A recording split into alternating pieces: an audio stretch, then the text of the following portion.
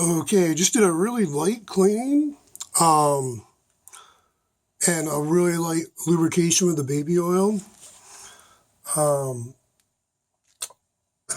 Let's see. So, like the gal said, the light's working. Let's see which one was which. Oh, this one's not like the 7000. So obviously the owner's manual I should read quick to see if that's probably not the light. But so the light's working, and I found that the pedal, there's something intermittent, so I don't know. It's not really smooth operation, so I'm guessing more internally needs to be cleaned, unless maybe something like the contacts on the pedal also need to be cleaned. Boy, I don't know. There's a lot to, I have to read the manual, get some more feedback. But yeah, that's pretty much just maybe put that closer and can see. So it's kind of, not wanting to really when you press the pedal all the way down. So a little work to do, a little more cleaning.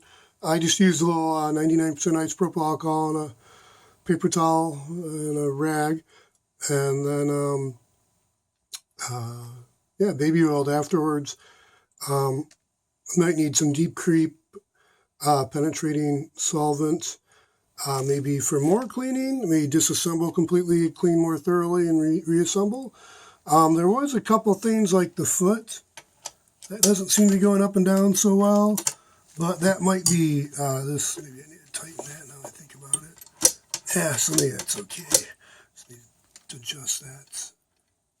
Yeah, anyways, you can tell sewing machines, this is something I haven't done since the late 80s, maybe early 90s. I think it's late 80s, back in, yeah, like the electronics, rockets, model airplane stuff too. Yeah, different science world before wow, living next to some of the corruptest in the community starts their brainwashing. But anyways, yeah, any questions, comments, suggestions, leave in the comments below. Hit that like button, smash the subscribe button, or however they say it, and I'll try to keep making some more videos regarding this and the Dressmaker 7000. This one was really gross. It didn't look as rusted, but I saw fleas and stuff, so I was like, you'd staying in the kitchen, and I'm gonna, I'll clean this up before I move it into the house. I'd probably still keep it decon, spray around it a little bit.